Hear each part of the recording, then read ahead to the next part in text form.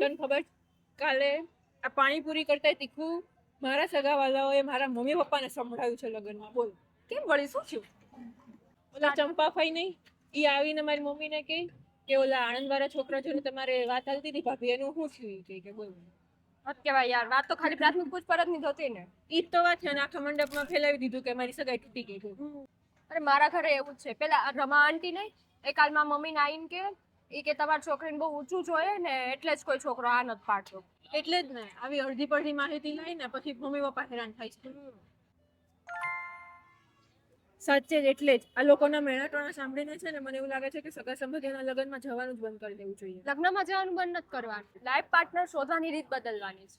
ભાઈ આ પેમેન્ટ થઈ ગયું હા. એટલે જ હવે અમારા ઘરમાં એક જ રૂલ, કોઈ પણ નકામી અફવા કે ગોસિપ નહીં. જે પણ વાત થશે એ આહિર મેટ્રોમોનિયલ એપ પર 100% વેરીફાઈડ પ્રોવાઇડર સાથે જ થશે. અને આ રીલ ચંપા ફોઈ કે રમા આંટીને શેર કરવાનું ભૂલતા નહીં.